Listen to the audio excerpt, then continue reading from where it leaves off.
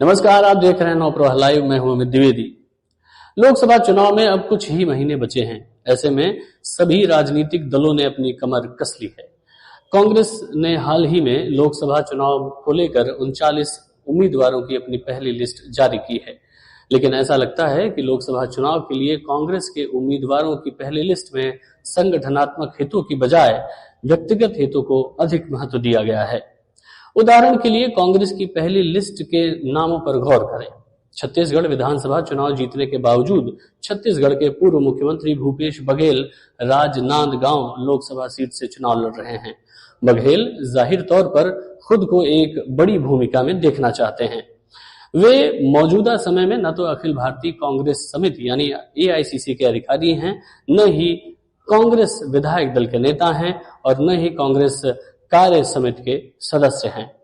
बघेल की पूरी योजना है कि वे लोकसभा चुनाव में राजनांदगांव सीट से जीत दर्ज कर कांग्रेस के विश्वसनीय पिछड़े नेता के तौर पर खुद को पेश करें।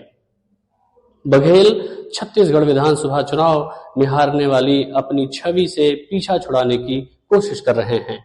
वहीं राजस्थान के उनके पूर्व समकक्ष अशोक गहलोत की छवि गठजोड़ करने वाले नेताओं की लिस्ट में सबसे ऊपर माना जाता है। गहलोत लोकसभा चुनाव नहीं लड़ रहे हैं, लेकिन उनके बेटे वैभव जालौर से उम्मीदवार हैं। इससे भी बड़ी बात यह है कि गहलोत कांग्रेस को राजस्थान की आधा दर्जन संसदीय सीटों पर जिताने की जिम्मेदारी भी नहीं ले रहे हैं। 2024, 2014 और 2019 के लोकसभा चुनाव में 25 लोकसभा सीटों पर कांग्रेस का खाता भी नहीं खुला था। अलपुझा लोकसभा सीट से AICC के महासचिव KC वेणुगोपाल की उम्मीदवारी ने कांग्रेस के भीतर ही कई लोगों को चौंका दिया है। कांग्रेस परिवार में उन्हें KCV के नाम से जाना जाता है। वे मौजूदा समय में राजस्थान से राज्यसभा सांसद हैं और उनका ये कार्यकाल 2028 तक है। KCV अगर अलपुझा से जीतते हैं तो उनकी राज्यसभा सीट बीजेपी के पास चली जाएगी। अगर कांग्रेस 2024 के लोकसभा चुनाव में 55 से अधिक संसदीय सीट जीतती है तो KCV लोकसभा में विपक्ष के नेता के तौर पर खुद को स्थापित करेंगे।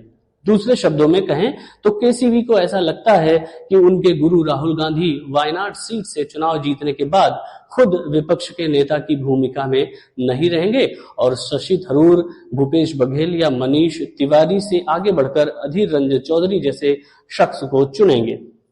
विपक्ष के नेता पद के लिए ये कथित शोरगुल कांग्रेस के लिए दुर्भाग्यपूर्ण है। दरअसल इससे पार्टी नेताओं के उस निचले स्तर का पता लगता है जो नेताओं ने खुद के लिए बनाए हैं। उदाहरण के लिए AICC के महासचिव के लिए हार की मानसिकता रखना और आम चुनाव में पार्टी के हारने के बाद इनाम की उम्मीद रखना परेशान करने वाला है।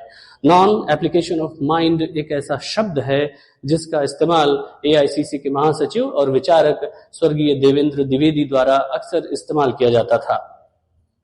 AICC के अध्यक्ष मल्लिकार्जुन खड़गे और राहुल गांधी को लेकर ये टर्म अक्सर सामने आती है, जो नेताओं की तरह व्यवहार करने के बजाय बेउम्मीद और मूक दर्शक दिखाई देते हैं। जबकि बात करें कांग्रेस के लिए 2 बड़ी सीट रहे अमेठी और रायबरेली की, तो वहां कोई बड़ा कांग्रेसी नेता चुनाव नहीं लड़ना चाहता। अमेठी और रायबरेली की सीट हमेशा से कांग्रेस की परंपरागत सीट मानी जाती है, लेकिन 2019 में वहां से राहुल गांधी की हार के बाद से अब कांग्रेस ने वहां से अपने बड़े नेताओं को भेजना ही बंद कर दिया है। कांग्रेस ने अपने पहली लिस्ट में भी उन सीटों को तवज्जो नहीं दी है। इस तरह ये लग रहा है कि कांग्रेस की पहली सूची केवल व्यक्तिगत फायदे के लिए जारी की है, न कि संगठनात्मक विस्तार के लिए। तो ये थी एक पड़ताल कांग्रेस की पहली सूची के बारे में। कांग्रेस की पहली लिस्ट जारी होने के बाद, उनके नाम देखने के बाद आपके क्या विचार हैं? आपको क्या लगता है कि ये जो जिन नेताओं को इन्होंने उम्मीदवार बनाया है वो सही है या नहीं? हमें नीचे कमेंट सेक्शन में बताएं। आज का वीडियो कैसा लगा ये भी बताएं। नमस्कार।